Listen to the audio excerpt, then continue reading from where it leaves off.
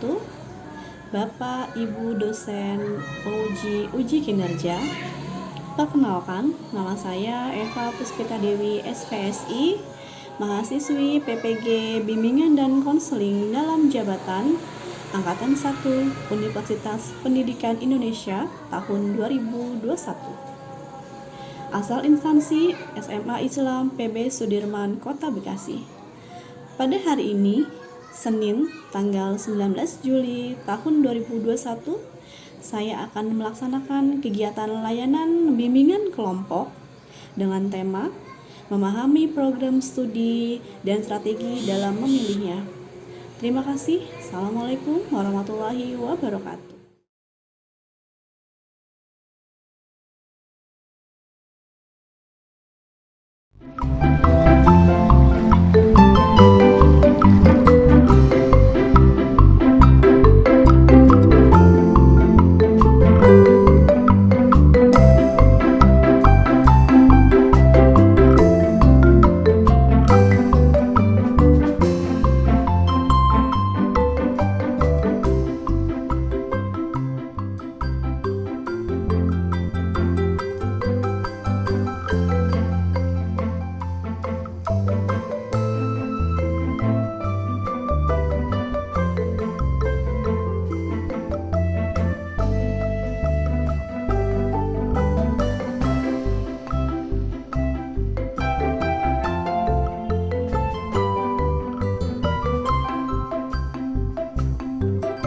Assalamualaikum warahmatullahi wabarakatuh. Waalaikumsalam warahmatullahi wabarakatuh. Selamat pagi teman-teman semua. Pagi Bu. Oke, gimana kabarnya? Sehat? Alhamdulillah sehat. Alhamdulillah. Ya, syukur alhamdulillah terus bisa berkumpul di ruangan ini ya untuk mengikuti layanan bimbingan kelompok. Nah, sebelum ini kita sepakati dulu ya untuk melaksanakan bimbingan kelompok ini selama berapa menit? Mau berapa? 40 menit ya? Boleh. Selama jam pelajaran bimbingan konseling. Oke. Nah, sebelumnya Ibu ingin kita melakukan perkenalan dulu. Udah pada kenal belum? Belum. Nah, kenal kata saya berarti Ibu ingin teman-teman semua melakukan perkenalan dan juga sebutkan visi misi dari hidup masing-masing. Oke, bisa? Bisa, Bu. Bisa. Oke, dimulai dari Ibu ya. Ya, baik. Nama Ibu Eva Puspita Dewi. Visi misi saya adalah membahagiakan orang lain dan juga membahagiakan orang tua. Silakan. Perkenalkan, nama saya dari Satria Andro. Menurut saya itu berguna untuk masyarakat, tidak bagian membawa orang tua. Oke, nama saya Muhammad Fahri Akbar. Visi misi hidup saya yaitu bisa membahagiakan orang lain dan menjadi inspirasi bagi orang-orang di sekitar saya. Nama saya Indira Pramesti, visi misi saya adalah membantu teman saya yang lagi susah. Nama saya Lintang Abidena Yofaiza, visi misi saya hidup bahagia dan membahagiakan orang tua. Nama saya Lutfi Zahira, visi misi saya mencapai cita-cita yang saya tuju dan membahagiakan orang tua. Nama saya Muhammad Zidan Fadila, visi misi saya menjadi orang yang berguna dan dapat diandalkan. Nama saya Fawaz Mustafa, visi dan misi saya adalah dapat menguasai soft skill yang dibutuhkan pada saat masa yang mendatang. Oke, bagus semua. Tepuk tangan untuk semua ya. Bagus. Oke. Nah, sebelum mulai, kita tadi belum baca doa ya? Ya, kita mulai dulu dengan membaca doa agar bimbingan kelompok ini berjalan dengan lancar. Siapa yang mau mimpin doa? Saya, Bu. Ya, silakan. Nah, Oke, sebelum kita memulai bimbingan kelompok pada hari ini, alangkah baiknya kita membaca doa terlebih dahulu. Berdoa mulai.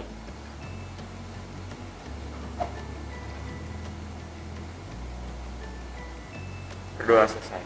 ya, terima kasih ya, Nakbar ya, sudah memimpin doa. Nah, sekarang Ibu mau tanya sama kalian, ada yang tahu mengapa kalian semua dikumpulkan dalam ruangan ini untuk mengikuti bimbingan kelompok? Ada yang tahu kenapa? Kalau saya teman-temannya sibuk. Oke, terus ada yang tahu lagi? Kalau saya sendiri sih untuk menambah pengetahuan. Nah, iya bagus. Terus? Untuk berdiskusi sama teman-teman yang lain. Iya bagus ya. Ada lagi? Atau sudah? Kalau saya agar bisa bertukar pikiran dengan yang lain. Iya. Oke bagus ya. Nah teman-teman tadi sudah bagus semua perhatian rasa gitu ya. Pengen tahu nih di sini tuh mau mengikuti bimbingan kelompok tuh mau ngapain sih gitu ya, betul semua ya.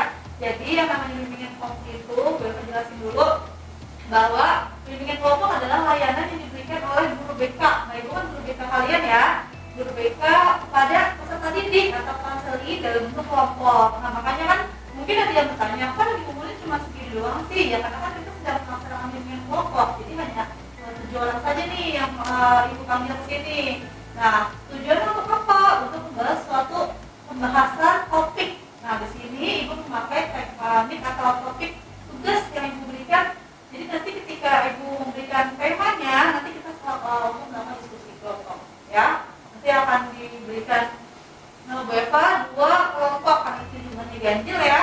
Jadi ada yang 4 orang, ada yang 3 orang. Oke, nanti setelah itu kalian bisa berdiskusi. Oke, paham sampai sini? Paham, Bu. Iya. Nah, sebelum mulai juga, ibu akan menjelaskan dulu nih atas apa sih yang dilandasi atau asas-asas yang melandasi bimbingan kelompok ini, ya. Teman-teman harus tahu yang pertama adalah asas yang namanya keterbukaan. Jadi nanti jangan pada malu ya untuk sharingnya atau apa namanya jajak pendapatnya, berdiskusi. Jadi nanti sama-sama kita membicarakan suatu masalah atau topik yang kita bahas. Nah, yang kedua adalah asas kenormatifan. Jadi ada etika. Ketika nanti teman-teman itu mau bicara, itu nanti tolong ajukan raise hand atau apa namanya acung jempolnya atau acung tangannya, itu saya pengen nanya gitu ya. Nah, terus yang ketiga adalah asas keaktifan. Jadi teman-teman jangan pada diem aja ya. Makanya kan ibu di sini buat apa? Buat berdiskusi kelompok. Oke, sampai sini paham? Paham, Bu. Ya. Oke, nah ada yang tahu nggak kira-kira kita membahas apa temanya? Belum, Bu. Hah? Ada yang tahu ya? Nah, di sini kan ingat ya dulu kan Bu Eva pernah kasih nih tentang AKPD ya. AKPD yang pernah Bu Eva kasih sama kalian itu kan tentang banyak tuh item-itemnya. Nah, terdapat beberapa orang yang masih bingung dalam menentukan program studi. Nah, apakah orang-orang termasuk kalian semua? Iya, benar ya? Iya, Makanya kan saya kumpulkan karena kalian itu salah satunya yang menjawab masih bingung. Apa sih program studi itu, gitu kan? Bagaimana strategi memilihnya? Makanya ibu kumpulkan di sini agar kalian itu sama-sama memahami, gitu ya. Oke. Nah, di sini topik tugas yang ibu kemukakan adalah bagaimana memahami program studi dan strategi memilihnya. Jadi teman-teman ingin tahu program studi itu apa, terus strategi memilihnya apa? Mari kita diskusikan sama-sama, ya. Oke, sudah paham sampai sini? Paham, Bu. Ya. Nah, sekarang ibu mau tahu dulu nih, ada yang tahu program studi itu apa sih panjangannya? Atau apa pengertian program studi itu? Setahu saya program studi itu Benar ya? dua divisi yang ada di dalam universitas itu. Jadi di dalam juga terdiri ya beberapa fakultas-fakultas juga. Fakultas sendiri itu bawahan dari program studi itu sendiri. Oh ya, baik. Jadi pemahamannya dan itu adalah program studi itu adalah di bawah fakultas ya? Iya, betul ya pemahamannya. Oke, ibu tampung dulu ya. Nah, sekarang siapa lagi yang mau mengajukan dia? Silakan. Nah, Prodi itu sama dengan jurusan, Bu, yang diambil sesuai dengan itu. iya, ya betul, betul juga ya. Jadi tadi sama dengan jurusan. Oke, ada lagi satu orang lagi? Ada lagi? Siapa yang mau ini? Apa namanya? Berbicara apa sih program studi? Ada yang mau tahu? Atau ada yang masih bingung program itu apa? Ya, saya masih bingung. Oke, ya baik. Nah, sebelum Bu Eva menampilkan slide yang akan dijelaskan, kita diskusi dulu ya. Jadi teman-teman nanti ibu bagi 2 kelompok. Ya, yang pertama kelompok 1, kelompok 2. Jadi biar nanti pembagiannya enak nih. Kelompok 1 terdiri dari 4 orang, kelompok 2 terdiri dari 3 orang. Nah, teman-teman nanti silakan berdiskusi ngobrol tentang program studi itu apa aja, ya pengertiannya apa. Terus ada program studi IPA sama program studi IPS itu apa aja? Ibu bagi deh. Ini program studi IPA apa aja? Ini program studi IPS apa aja? Ya, nanti kalian bisa kembangkan, kalian bisa sambil diskusi atau bisa sambil lihat handphone gitu, nggak apa-apa ya. Sebagai medianya, nanti bisa di googling aja. Jadi teman-teman diskusikan. Nah, setelah itu nanti teman-teman tentukan kira-kira program studi apa sih yang akan diambil nanti. Gitu kan sebenarnya ini harus sudah mengambil jurusan atau program studi ya. Teman-teman tentukan dari sekarang. Nanti hasil diskusinya dikemukakan oleh perwakilan kelompoknya.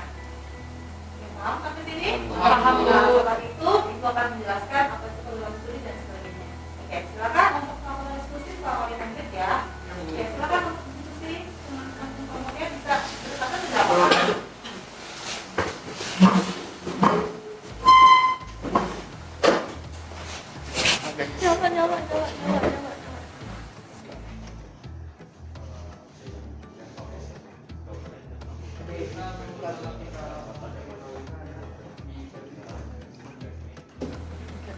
itu kalau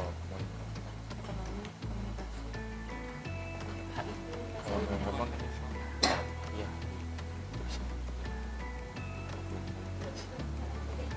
ketiga psikologi psikolog pemaparannya kan dari itu kan yang pertama itu kalau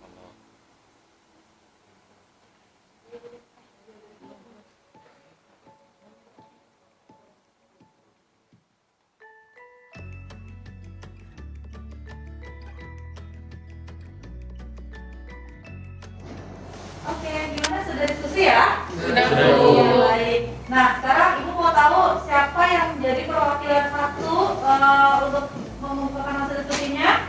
Saya Bu. Ya, nanti tolong ditanggapi ya, misalkan nih kelompok satu sudah berbicara, nanti kelompok dua silakan menanggapi ya. Setelah nanti perwakilan dua itu juga mau mengumpulkan soal pendapatnya. Ya, silakan kelompok satu siapa? Tadi? Saya Ya, silakan Mas. Oke, jadi tadi kelompok saya juga sudah analisis fakultas apa saja yang didapat dari jurusan MIPA.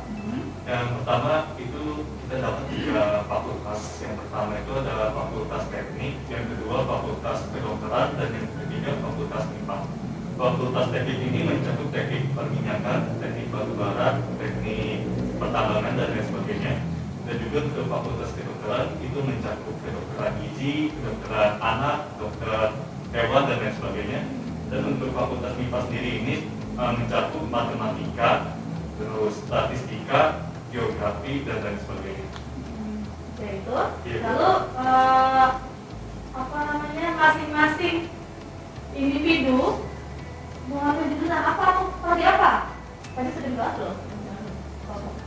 Ya, mulai dari kelas. Kalau saya sendiri sih ingin mengambil fakultas ilmu sosial dan ilmu politik.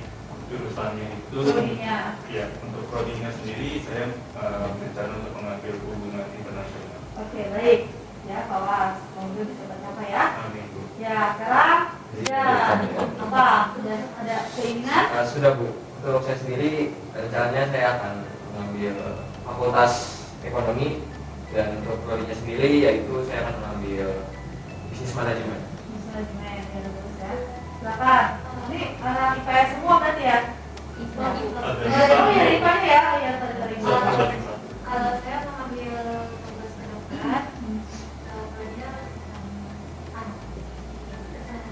Oh, fakultas kedokteran. Berarti kedokteran umum dulu. Iya, umum dulu. Nah, Baru kalau spesialis. anak spesialis ya. Ini diluruskan ya.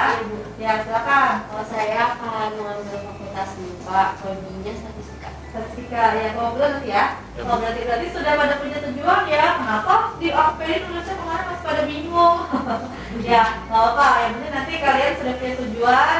Apapun nanti ngambilnya jadi itu apa enggak ya, nanti yang penting kalian tahu dulu informasinya ya. Karena yang banyak sekali anak yang masih pada bingung perbedaan fakultas apa, prodi apa gitu ya. Nanti aku dijelaskan pakai slide. Oke, sudah ada lagi yang mau didiskusikan atau mau dikumpulkan dari hasil diskusinya? Jadi mungkin yang dapat disimpulkan fakultas MIPA itu tidak sebanyak fakultas IPS, di mana kita ini hanya mempunyai 3 fakultas. Tapi satu fakultas itu mungkin mengandung lebih banyak prodi gitu. Mungkin itu saja sih. Oh ya, baik ya. Mau apa nanti saling menambahi ya. Oke, terima kasih atas kelompok 1. Saya kelompok 2, siapa yang mau menggunakan hasil diskusinya? saya Bu. Ya, Mbak. Oke, jadi saya, Dandi, dan juga Mira sudah berdiskusi tentang beberapa prodi yang ada di jurusan IPS. Jadi dari hasil diskusi kita itu mempunyai 3 prodi, yaitu prodi yang pertama itu ada prodi hubungan internasional, yang kedua prodi psikologi, dan yang ketiga prodi ilmu komunikasi. Jadi yang pertama itu hubungan internasional itu pemaparannya itu seperti ini Bu. Jadi hubungan internasional itu kita belajar diplomatik atau politik dengan politik luar negeri. Jadi kita nggak hanya mencakup di politik Indonesia saja. Terus untuk yang kedua di psikologi itu kita lebih ke menganalisa kepribadian manusia. Dan yang ketiga ada ilmu komunikasi, itu kita lebih belajar tentang cara berkomunikasi, entah itu di depan kamera, entah itu emang kita saat kita harus mempunyai skill yang seharusnya ada di atas rata-rata, bukan sekedar komunikasi biasa seperti itu. Oke, baik. Tadi kamu bilang ada prodinya ya. Nah, berarti kalau misalnya nih fakultas, kan kalau yang berhubungan kan prodinya itu Yeah. fakultasnya apa kalau HI? Kalau HI sendiri, kalau hubungan internasional sendiri, kalau untuk fakultasnya sebenarnya saya masih kurang tahu, Bu. Tapi kalau untuk prodi yang saya tahu 3 itu. Oh ya, baik. Tadi psikologi, hubungan internasional sama apa itu lain? Sama ilmu komunikasi. Ilmu komunikasi, ya baik itu Pak. Jadi nanti info tahu nih ya, untuk yang hubungan internasional itu fakultasnya itu ilmu sosial dan politik, FISIP yang singkat. Itu di bawahnya ada prodi ilmu hubungan internasional. Nah kalau fakultas psikologi itu prodinya memang psikologi. Kalau fakultas ilmu komunikasi itu kan namanya fakultas biasanya disebut Vkom ya, fakultas ilmu komunikasi, prodinya itu ada advertising, ada broadcasting gitu ya, atau ada komunikasi gitu ya, atau ada juga ada yang namanya bisnis digital gitu ya. Itu tergantung masing-masing program tinggi-tingginya atau program tinggi swasta. Ya itu tadi Ibu lulusan ya. Oke, Nah sekarang Ibu mau tahu dari 3 orang ini udah pada punya tujuan mau kemana nih ambil prodinya? Silakan dari siapa dulu? Kalau dari saya sendiri, saya ingin mengambil hubungan internasional. Hubungan internasional Iya. karena? Saya ingin belajar lebih dalam tentang politik luar negeri. Oh iya baik, bagus ya. Siapa lagi? Kalau saya sih ke Ikofu. Vkom. Ya, Karena? sudah bisa kecil aja. Oh dari kecil ya, terus? Aku pengen fakultas teknik, studi programnya teknik industri. Nah itu bisa karena apa? Biar bisa belajar lebih dalam belajar tentang industri. Iya, bagus ya. Nah, berarti ini kan sudah pada tahu nih keinginan program studinya apa. Tapi tadi kayaknya masih ada yang belum paham ya, belum memahami. Kayak tadi kelompok 2 program studinya HI dulu belum tahu nih Pak. HI itu fakultasnya apa. Terus tadi nih yang boleh ketangkap dari kelompok 1 baru 3 ya yang dibahas. Padahal IPA tuh banyak sekali loh. Gitu tadi kan kelompok 1 di lain hanya 3 gitu ya yang ada. Padahal sebenarnya masih banyak gitu ya. Oke. Terima kasih atas hasil diskusi. Silakan ada yang mau menanggapi dari hasil diskusi kelompok ini? Ada? Tidak ada? Oke, masing-masing yang sudah pada diskusi. Nah sekarang Ibu jelaskan ya mengenai program studi itu apa dan bagaimana cara memilih atau cara menentukan program studi itu ya. Ibu tampilkan slide ya.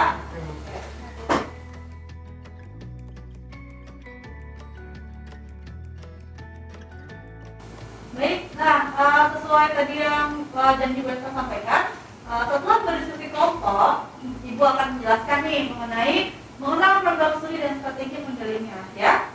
Ibu menggunakan slide, jadi biar kalian langsung melihat, langsung membacanya. Tujuannya untuk apa sih? Agar peserta didik dapat mengenal dan memahami program studi dan strategi dengan dalam memilihnya. Oke, next. Nah, Ibu mau explaining sebentar yang mau mengasah otak, Ibu pengen tahu nih teman-teman bisa konsentrasi atau tidak. Nah ini gambar apa? Silakan ada yang bisa. Terus ini menurut teman-teman apa nih makna dalam gambar di bawah ini? Silakan. Asma otak nih namanya nih. Silakan siapa yang bisa jawab? Yuk, awas, silakan. Ya, silakan. Dari yang saya lihat dari gambar tersebut, saya melihat bahwa ada handphone ya Bu, handphone, dan handphonenya itu di atas barang-barang kayak ada seperti kacamata, kalkulator, handphone besar, jam tangan, penggaris dan yang lain-lain. Nah, sedangkan di HP di dalam handphone tersebut sudah ada banyak gitu Bu. Alat-alat tersebut sudah ada di handphone, tinggal bisa di-download, ada aplikasinya gitu Bu di handphonenya. Jadi nggak usah perlu ribet bawa barang-barang yang ada di sekitar handphone itu Bu. That's right ya, jawabannya betul. Sekali kita tepuk dulu. Bagus ya. Nah di sini apalagi sekarang gadget itu sudah semakin canggih. Dalam gadget itu mengandung atau memiliki banyak aplikasi. Ada satu dari antaranya adalah jam. Jadi kadang-kadang kita tidak perlu lagi mana jam gitu ya, tinggal aja handphone ada.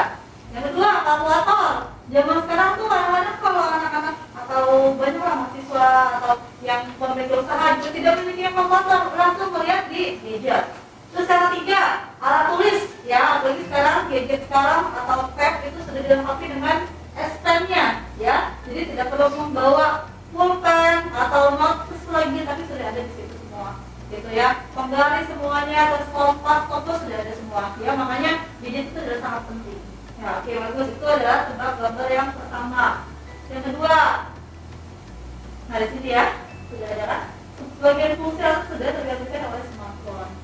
Nah yang kedua, silakan menurut Anda apa makna gambar di bawah ini? Iya, silakan Andi. Yang saya lihat ini kan ada orang di itu yang di tengah-tengah kaki itu juga sama logo sosial media dan kuasa teman-teman. Jadi ini tuh kayak yang mengibaratkan kalau orang-orang sekarang itu fokus sama sosial media itu sendiri. Iya. Jadi sudah terbelenggu ya. Iya. Sama dunia sosmed, ada WhatsApp, Twitter, Instagram, Facebook gitu ya, semua sudah terbelenggu sehingga Dia teralihkan masuk dunia. gitu. Nah, kalau menurut Anda sendiri, ketika Anda sedang berkumpul, berkelompok sama teman-teman, pada asik sendiri atau tidak? Kadang ya kadang enggak. Iya, pasti yang dibuka kalau WhatsApp, Instagram gitu ya. Ya, memang ya, zaman sekarang anak dunia itu seperti autis ya, berkumpul seperti ini, makanya kan boleh adakan kelompok ingin ngomong apa dan tidak ada yang membawa gitu juga ya, tadi kecuali pada saat diskusi kelompok agar apa, biar semua sama-sama fokus membahas suatu permasalahan. Tapi nyatanya yang sekarang itu adalah ketika sedang berkumpul, ya masing-masing pada main handphone gitu ya, jadi tidak fokus pada suatu permasalahan. Bagus ya, itu tadi tebak makna gambar yang kedua. Dan sini ya, manusia zaman now sudah seperti terbelenggu oleh jejaring sosial gitu. Nah, di sini persepsi sama dengan apa yang mau Bapak sampaikan. Ini persepsinya adalah dengan muncul banyak program studi yang semakin spesifik di era modern ini, menjadi program studi tergolong bukan hal yang mudah gitu ya. Belum lagi memikirkan program studi yang tepat, kalau itu sesuai passion dong. Nah, yang akan membuat anak kita sukses nanti pada saat lulus kuliah dan tentunya akan berhubungan dengan karir. Nah, perlu banyak pertimbangan untuk bisa memilih program studi yang tepat. Nah, tepat itu konteksnya adalah kalau bukan tepat karena kayaknya anak ini prodi kedokteran nanti bisa memiliki banyak uang, bukan kayaknya tepat, tapi sesuaikan dengan passion. Nah, hati ketika memilih program studi, jangan sampai salah dalam memilih program studi karena akibatnya akan fatal ya, karena nanti akan menjalani kuliah dalam teman-teman semua selama 4 tahun, mungkin 1, D3 itu 3 tahun. Ketika salah memilih program studi akibatnya akan fatal, itu bisa DO atau bisa nanti menyebabkan IPK-nya itu kecil gitu ya. Nah, makanya di sini dalam bimbingan kelompok setelah tadi diskusi ini ada slide yang akan dijelaskan. Nah, di sini, nah pengertiannya adalah menurut Undang-Undang Republik Indonesia Nomor 12 Tahun 2012 tentang pendidikan tinggi, program studi adalah kesatuan kegiatan pendidikan dan pembelajaran yang memiliki kurikulum. Sama kalau ketika sekolahnya ada kurikulum dan metode pembelajaran tertentu dalam satu jenis pendidikan akademik, pendidikan profesi, atau pendidikan vokasi gitu. Jadi semuanya program studi itu ada yang namanya akademik atau akademi ya, nanti gelar tadi AMD. Ada yang nanti gelar S1 gitu ya. Ada yang gelar nanti profesi. Tadi kayak saya kan pengen jadi dokter spesialis Lucia ya. Berarti gelar nanti profesi. Setelah belum ngambil dokter S1 nanti ngambil lagi kuliah itu nanti profesi gitu ya. Nah, semuanya nanti harus ada jenjang ya, jenjang akademiknya. Berarti mulai dari diploma, sarjana sampai dengan S3 sampai ke profesor gitu ya. Nah, di sini kita bahas, teman-teman pasti maunya jurusan deh, gitu kan? Apa bedanya prodi versus jurusan? Jadi sudah dibahas juga ya tadi sama Alin kalau nggak salah ya. Nah, kalau di sekolah mungkin kata jurusan identik dengan jurusan IPA, IPS, bahasa. Sama kayak di sekolah masuk ya, teman-teman jurusan apa? Ada IPA, ada IPS. Nah, tapi kalau di universitas itu bukan jurusan lagi namanya, tapi program studi, gitu ya. Nah, program studi itu menggambarkan nanti di bawah fakultas itu namanya ada program studi. Gitu. Jadi sebenarnya jurusan sama aja, sama prodi, tapi yang membedakan hanya jurusan itu lebih identik di SMA, kalau prodi itu identiknya di kuliah, gitu ya. Nah, jadi kalau nanti kamu bertanya sama orang lain, jurusannya apa nih? Jadi nggak perlu bingung jawabnya, cukup jawab dengan saya ingin mengambil prodi ilmu hubungan internasional gitu. Itu mengatakan bahwa kamu sudah paham dengan apa yang namanya prodi gitu. Ya, paham kan ini? Ya, baik. Nah, ini ada trik-trik atau cara memilih program studi. Nah, yang pertama adalah akademik. Pemahaman tentang program studi itu harus tahu. Ya, makanya tadi kan apa diskusi kelompok IPA itu apa aja program studinya, IPS apa saja. Tapi karena tadi teman-teman semua itu mendiskusikannya hanya cuma tiga prodi, sebenarnya masih kurang, masih banyak gitu ya kalau pengen bedah prodi. Jadi harus tahu dulu tentang program studi apa. Misalkan yang IPA, kalian tuntas prodi IPA apa aja. Jadi biar masalah langkah gitu ya. Terus IPS itu apa aja prodinya. Kalau pengen ke bahasa itu apa aja sastranya gitu. Terus kemampuan akademik kalian bisa sesuaikan. Nanti kita akan bahas lagi di pertemuan selanjutnya, itu namanya di jalur SNMPTN. Itu mengandalkan apa sih? Rapotnya harus berapa? Yaitu UTBK. Kalau UTBK-nya harus berapa di jalur SBMPTN ya. Nanti ini kita step by step dulu ya nak. Oke, nah itu bagian yang akademik. Nah, menyesuaikan cita-cita, minat dan bakat. Makanya kenapa nanti ada yang namanya psikotes, ya, psikotes minat bakat untuk menentukan passion. Gitu. Sebenarnya teman-teman sudah ikut ya waktu pas semester 1, tapi kan mungkin ada yang masih belum yakin gitu kan, nanti bisa mengikuti lagi dengan psikotes yang lain gitu ya, dengan lembaga psikologi yang lain. Realistis gitu ya, menyesuaikan dua faktor dan variabel pendukungnya apa. Yang pertama tadi menyesuaikan cita-cita minat bakat itu sudah. Yang kedua realistis, jadi teman-teman lebih realistis aja dalam kemampuan. Contohnya, misalkan kemampuan menghafalnya kurang, atau kemampuan logika matematikanya kurang, jangan terlalu memaksakan untuk mengambil jurusan prodi itu. Contohnya nih, saya matematika, saya anak MIPA, tapi pengen maksain mengambil itu fakultas kedokteran. Sedangkan fakultas kedokteran itu dibahas tuntas semua, baik itu matematikanya, hafalannya, biologi, kata-kata Latin, itu juga yang IPS. Kalau tidak terlalu suka hitungan, jangan memaksakan untuk mengambil akuntansi. Karena yang namanya akuntansi itu banyak banget hitungan. Benar kan kalau IPS di sini IPS belajar tentang jurnal, neraca gitu kan. Nah, kalau yang tidak terlalu suka, itu sebaiknya jangan ambil jurusan akuntansi. Nah, informasi yang sempurna itu kalian bisa dapatkan dari Ibu Eva sebagai guru BK, bisa dari internet. Ya, internet itu banyak banget. Saya mau pas tuntas prodi, itu ada yang namanya rencana ID ya. Kalau kalian bisa buka gitu. Terus lokasi dan biaya. Nah, lokasi juga harus tahu nih ketika mengambil PTN Universitas Cendrawasih, pasti namanya bagus deh. Tapi nggak tahu lokasinya di mana. Ada yang tahu nggak Cendrawasih di mana? Nah, kan mungkin ada yang nggak tahu karena kan kalau yang di Universitas SNMPTN itu cuma ada bacaan Universitas Cendrawasih. Tapi kalau teman-teman yang nggak cari tahu Unsur itu di mana, ntar akhirnya main ngambil aja. Itu ada di Irian Jaya, gitu ya. Jangan sampai ntar kayaknya Unsur baru dengar deh mungkin. Sedikit nih yang minat, ya iyalah orang Irian Jaya gitu. Ya, jadi harus tahu dulu ya lokasinya dan biayanya berapa, karena kan ini akan berhubungan dengan finansial orang tua. Lalu daya tampung jurusan, nah ini nanti juga akan kita bahas yang namanya keterkatan. Daya tampung setiap prodi itu berapa, ya? Terus peluang diterimanya berapa? Gitu. Misalnya daya tampungnya di UI jurusan manajemen, itu daya tampungnya tuh 100, yang daftar 3.000. Nah berarti kan 1 banding berapa tuh? Ya, ketat kan? Gitu. Nah, masa depan karir bagaimana pekerjaan, karena yang namanya ketika teman-teman mengambil prodi pasti nanti akan berhubungan sama masa depan pekerjaan ya.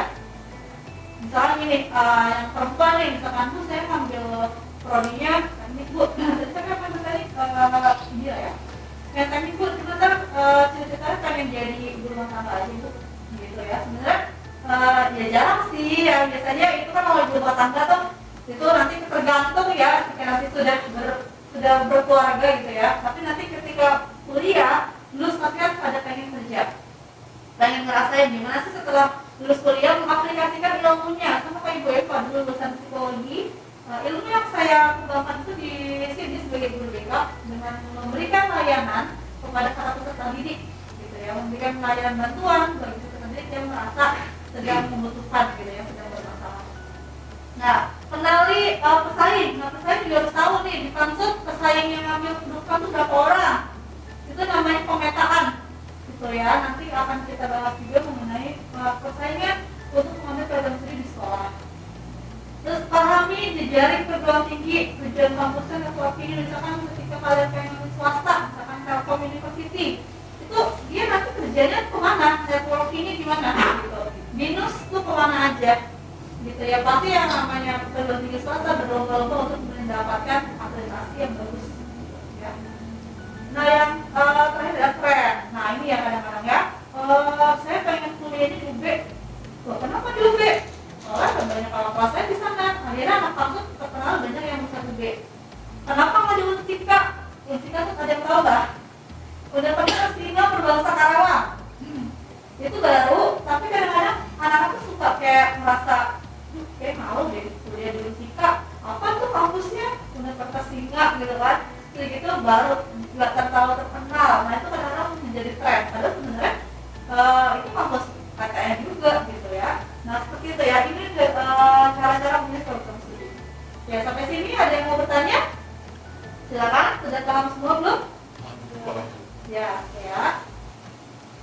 Dan ini adalah tadi ya kita sudah membahas tentang aktivitas kita mengelompokkan program studi ya, itu sudah kita bahas biasanya saja.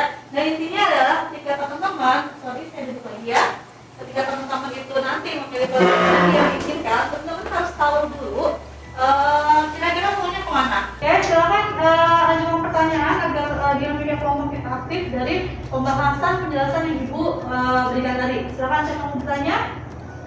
Saya Ya. ini mungkin mengacu pada pertanyaan masalah di mana saya itu masih galau sama jurusan yang prodi yang saya pilih. Yang pertama itu saya fokus pada hubungan internasional dan yang kedua itu ada ilmu komunikasi. Nah dari setiap prodi itu ada plus minusnya ya. Misalnya dari hubungan internasional mungkin dari sisi kelebihannya saya kadang suka cari tahu tuh tentang bagaimana dunia politik luar seperti apa dan lain sebagainya.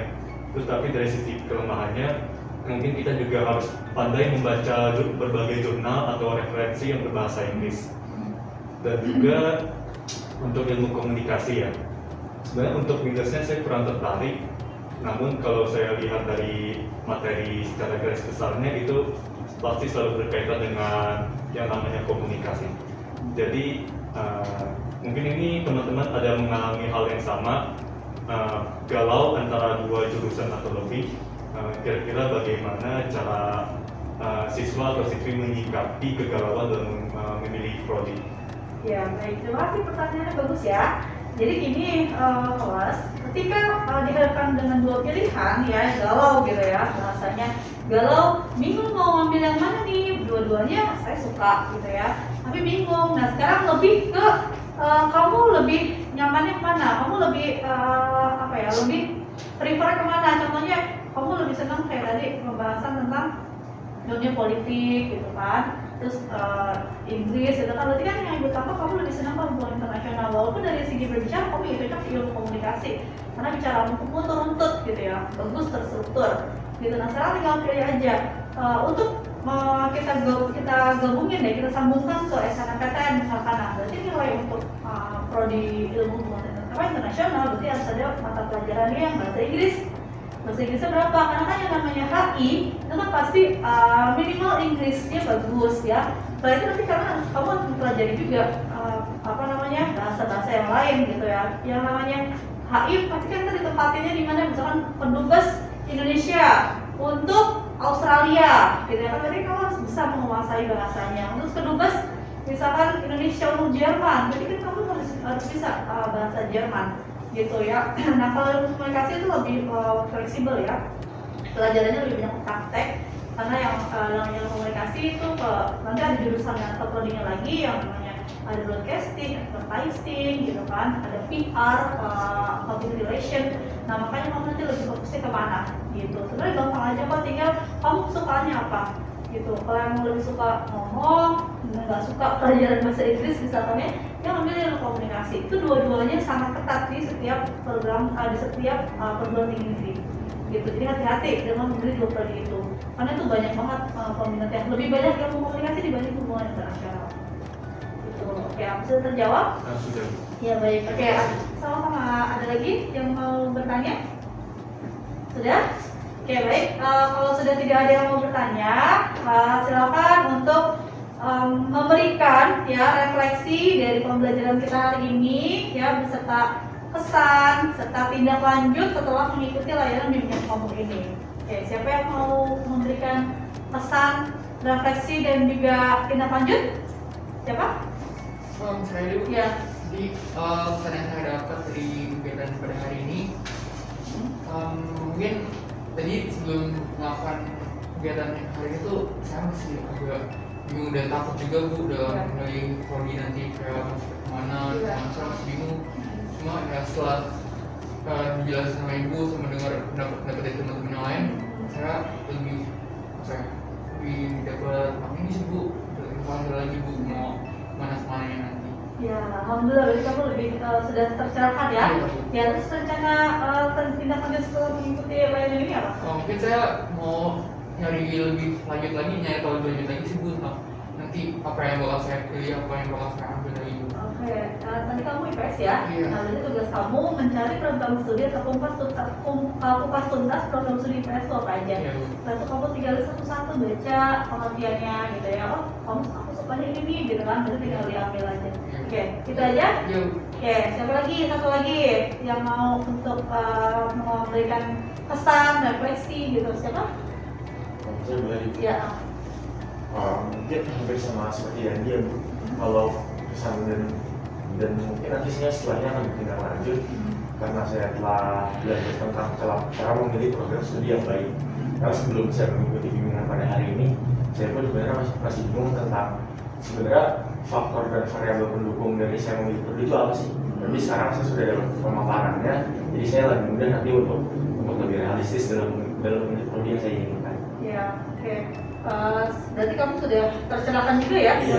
Alhamdulillah. Ya, saya senang sekali ya jika teman-teman semua sudah memahami mengenai program studi dan juga strategi memilihnya. Itu artinya layanan bimbingan kelompok ini memberikan manfaat ya buat teman-teman semua.